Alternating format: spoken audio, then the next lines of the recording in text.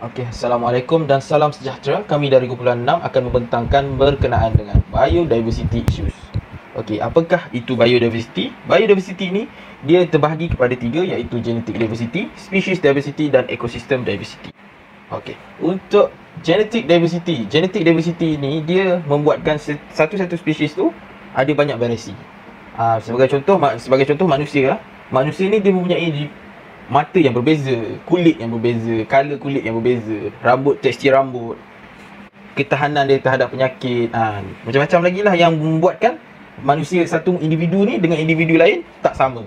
Okey. Sebagai contoh, kalau ada individu A terkena gigitan lebah, individu B tak akan mati. Mungkin individu A akan mati tapi individu B tidak akan mati walaupun individu A terkena gigitan lebah. Bukan gigitan, sengatan. Okey, maafkan saya. Okey, untuk species diversity. Species diversity ni dia relate dengan nombor dan dia punya taburan. Dekat dalam satu ekosistem tu berapa banyak spesies yang berbeza hidup dan macam mana dia punya taburan. Apabila kita bercakap mengenai dengan bilangan spesies yang berbeza dalam ekosistem, itu berkaitan dengan species richness.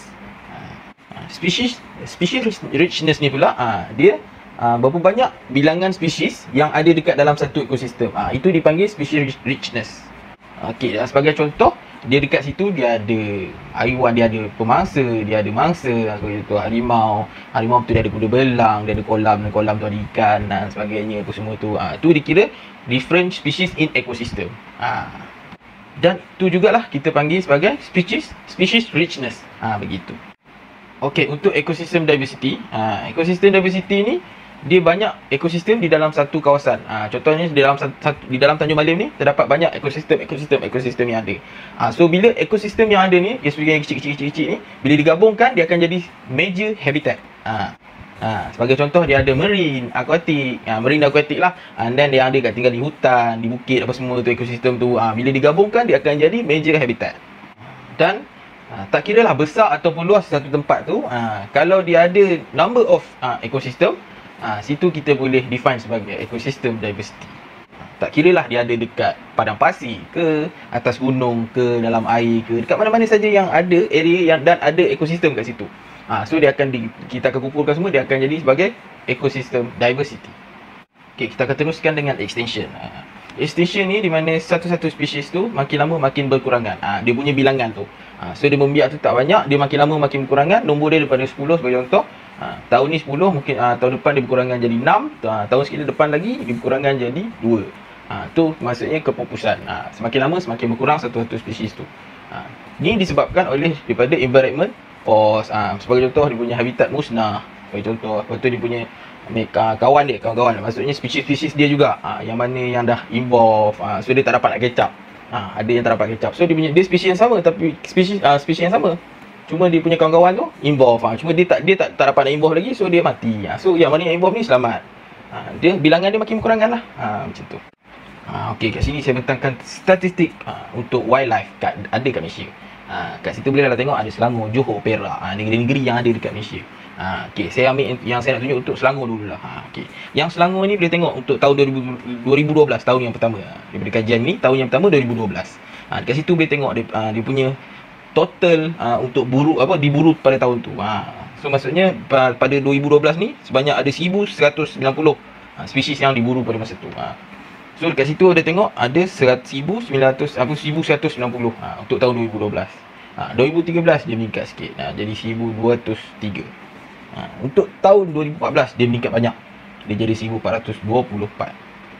2015 pun sama, 1426. Okay, 2016 dia turun sikit, 1271. Dan 2017 dia meningkat balik jadi 1749. Okey, untuk yang slide ni pula, ni rekod spesies daripada tahun 2012 sehingga tahun 2017. Berapa banyak spesies setiap tahun tu dia tunjuk berapa banyak yang telah diburu. Yang atas sekali tu kera. Okey, tengok 2012. Dia ada 3,000 lebih. Sampai 2017 dia jadi 4,000. So angka tu makin lama makin meningkat. Mungkinlah ada satu tahun tu dia turun kejap tapi dia naik balik. Macam 2013 dia turun sikit. Lepas tu 2014 dia meningkat lagi. 2015 dia turun balik sikit. Lepas tu 2016 dia meningkat. 2017 terus meningkat. So bermaksud setiap tahun benda tu meningkat. Meningkat. So daripada memanglah spesies dia banyak, tapi bila dah nombor tu makin lama makin meningkat, so benda yang banyak pun boleh habis. Lama-lama pun orang kata lama-lama jadi bukit, ni lama-lama pun boleh habis. Okey, saya lupa nak cakap tadi HWC. Dia bukan heavyweight champion, tapi dia human wildlife conflict. Okey, seterusnya kita akan berkenaan dengan habitat loss. Okey, habitat loss ni ada 3, iaitu habitat destruction, habitat fragmentation dan habitat degradation. Okey, yang pertama untuk habitat destruction. Habitat destruction ni satu benda yang common lah. Sekarang ni boleh kata common lah. Dekat mana-mana boleh tengok pembalakannya. So dekat banyak tempat pun tiba-tiba daripada kawasan tu hutan, tiba-tiba jadi rompong, pokok-pokok dah tak ada, kena tebang. So tak tahulah pembalakan ni haram ataupun tidak. So benda itulah yang menyebabkan habitat destruction. So dekat situ kita boleh tengok ekosistem dekat situ dah dikacau. So tempat-tempat yang mana yang dah dipotong balaknya, so ada tanah dibuka, tak adalah tempat berteduh untuk haiwan-haiwan dekat habitat tu. So benda tu akan boleh membuatkan haiwan-haiwan ni pupus. Salah satu sebabnya ialah habitat destruction. Okey, seterusnya habitat fragmentation. Kat situ boleh tengok daripada yang belah kiri ke belah kanan, dia bagi tiba-tiba ada bagi zone A dengan zone B. Fragmentation tu panggil habitat fragmentation. Kalau kata lebih senang lah kita nak faham, dekat satu tempat tu hutan, tiba-tiba dibuat tanah tu diteroka, dibuatlah sebagai bandar ke terowong untuk kita jalan, untuk kita lalu naik kereta kenderaan. Ada buat jalan, sebagai contoh jalan, buat jalan, tiba-tiba buat jalan di situ. Tapi dekat situ asalnya adalah habitat harimau tu. Tiba-tiba ada jalan di situ, so dah terbahagi kepada 2. Daripada ada zon sebelah kanan jalan, zon sebelah kiri jalan, begitu contoh. Benda ni juga dia mengganggu juga dia punya, orang panggil dia orang nak, kalau sebagai contoh untuk mating, macam contoh dekat zon A tu mungkin jantan, zon B betina. Situ dia ada bahagikan, dengan dekat gambar tu dia ada macam bandar sikit, kilang-kilang. Dia nak pergi, nak mating, nak pergi ke zon daripada zon A nak pergi ke zon B, lalu dekat tengah-tengah tu. Kadang-kadang tu kita bukan haiwan tu yang sesat. Sebab kadang-kadang kita yang ada dekat dalam ekosistem dia. Dulu dia kata tengok, dulu ni hutan, macam mana bila ada bandar pula tiba-tiba. Contoh. So orang terkejut tengok ada harimau lepakan. Orang pun bunuh. Situ dah boleh buatkan spesies harimau ni berkurangan. Dari situ. Untuk slide kali ni kita akan tunjukkan 4 binatang yang ada kat Malaysia ni yang semakin pupus. Nombor 1 boleh tengok situ, harimau, kancil, burung botak upih dan tapai Melaya. Untuk harimau Melaya ni dia semakin pupus akibatkan pemburuan yang tidak terkawal. So dia punya anak pun tak banyak, betul, dia buru lagi, so makin lama makin sedikit. Proses dia lahir dalam 2-3 ekor je, lepas tu yang diburu tu banyak. So semakin lama semakin populasi harimau tu semakin pupus. Untuk burung botak upih ni pula, burung ni selalu dia migrate lah daripada selatan ke utara. So tempat yang selalu kita ataupun organisasi-organisasi yang jaga burung ni, dia tinjau dekat Kuala Gulu daerah Krian Perak. So dalam tinjauan diorang ni, dia tengok burung ni makin lama makin sikit. Dia migrate daripada selatan ke utara tu, makin lama makin sikit. Setiap tahun dia tengok makin lama makin sikit, makin lama makin sikit. Dia orang buat tinjauan ni daripada tahun 1980 lagi. Dia orang tengok burung ni, dia punya migration tu, dia singgah dekat Kuala Gulu tu, dia tengok bilangan burung botak upih ni makin lama makin sikit.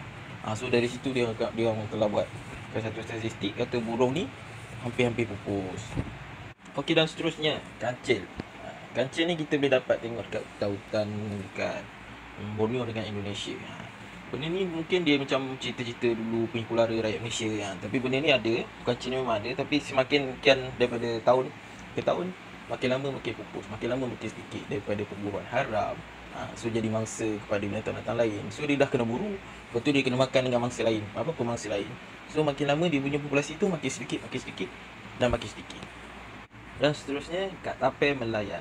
Tapai ni selalu kita tengok dekat dalam paper ataupun dalam berita, tapai kena langgar dengan manusia. Itu memang salah satu sebab punca kepupusannya tapai Melayan ni. Selain daripada dia kena dia jadi pemangsa, dia jadi mangsa untuk pemangsa yang lain, dia kena makan dengan binatang-binatang lain. So dia kena langgar dengan manusia ataupun kecoyan manusia sendiri pun adalah salah satu punca tapai Melayan ni pupus.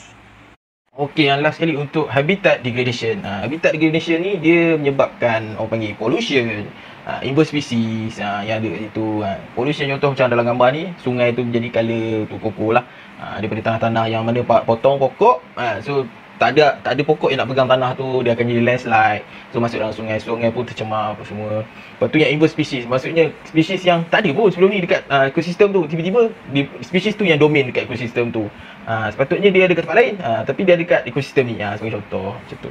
Okey, seterusnya rainforest habitat loss in Malaysia. Ini adalah salah satu gambar yang saya dapat. And then dia punya tunjukkan taburan hutan dia daripada tahun 1954 hingga tahun 2000 di Semenanjung. Boleh tengok di situ. So daripada dulu banyak hijau tu kan, banyak hijau daripada utara Semenanjung hingga ke selatan Semenanjung. Sebelum pembangunan makin lama makin pesat. So pada tahun 2000, tak payah pergi ke 2020 pun, tahun 2000 pun dah cukup banyak hutan-hutan yang telah ditroka. Telah kira hijau-hijau tu semakin lama semakin hilang lah. So kalau kita data dari 2020 pula, macam mana pula hutan yang akan jadi? So semakin lama semakin sikit. Dari tahun ke tahun, banyak pokok-pokok telah ditebang, banyak hutan-hutan telah ditroka. Mungkin untuk tujuan pembangunan ataupun pembalakan haram.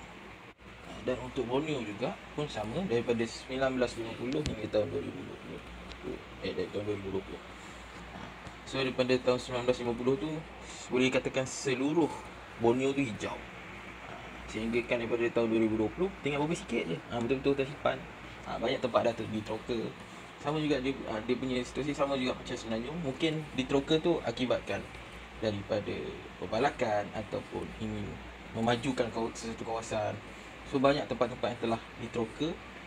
Hutan-hutan simpan pun semakin lama semakin sikit.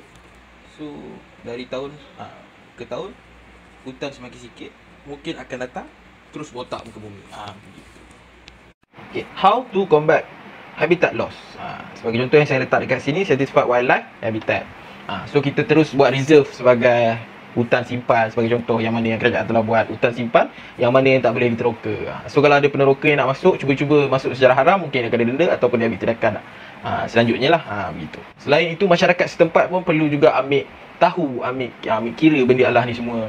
So kalau kata masyarakat sekeliling tak ambil pot pasal benda-benda macam ni, kerajaan buatlah macam mana pun, sahkanlah macam mana pun, buatlah hutan simpan banyak mana pun, tetapi masyarakat sekeliling sendiri pun tak tolong kerajaan, so benda ni takkan terjadi juga. So peranan dia, kerajaan pun ada peranan dia sendiri, komuniti situ ataupun masyarakat situ pun ada peranan dia sendiri.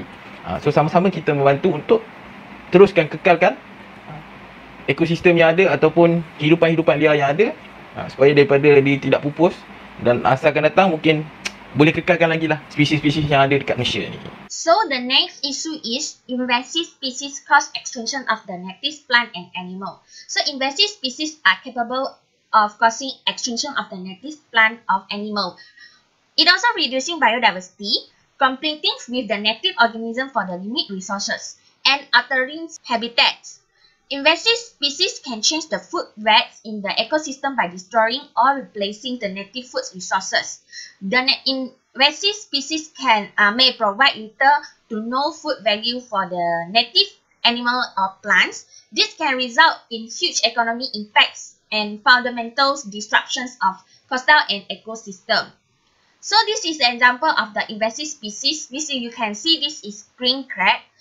Is the European green crab. Has spread far beyond in the native continents. It is found in the water of the North and South America, Asia, and Australia.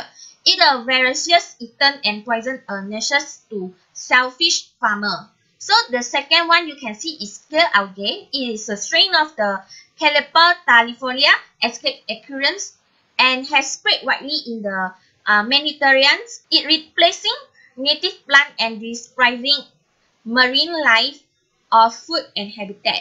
Okay, this is invasive species in Malaysia. So we can see this is golden apple snail, which is detected in 1991 in the fish pond in Selangor. So the damage caused by the snail can totally devastate the rice crop depending on the size and density of the snail.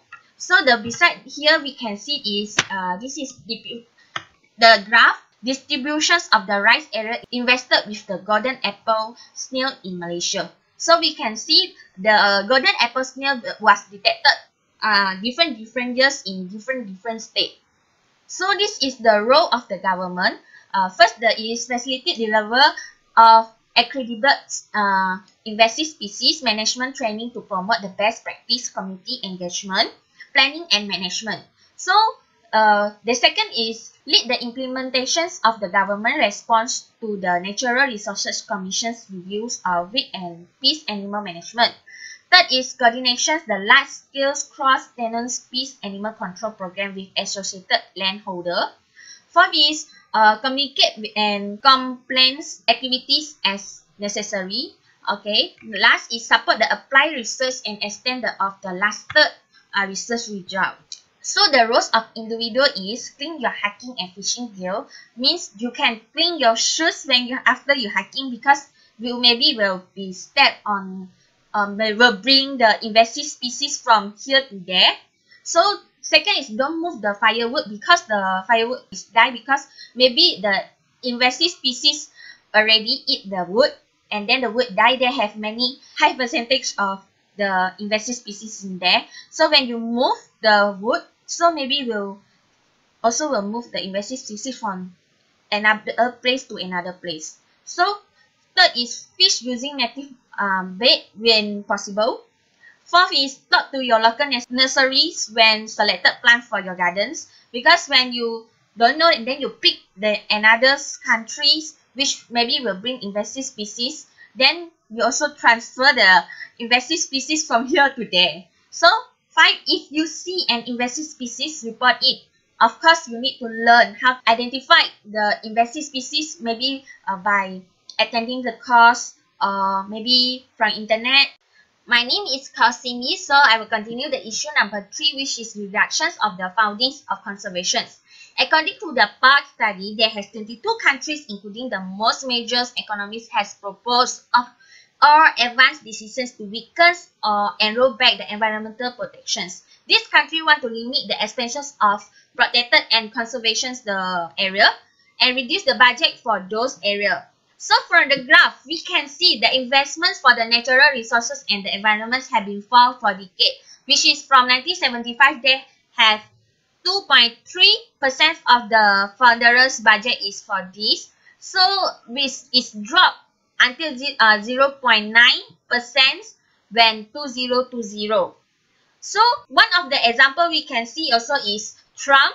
He tried to cut down the budget in the funding of conservations. Besides that, he also cut down the cost for research in biodiversity. So beside of the America, we can see is Malaysia.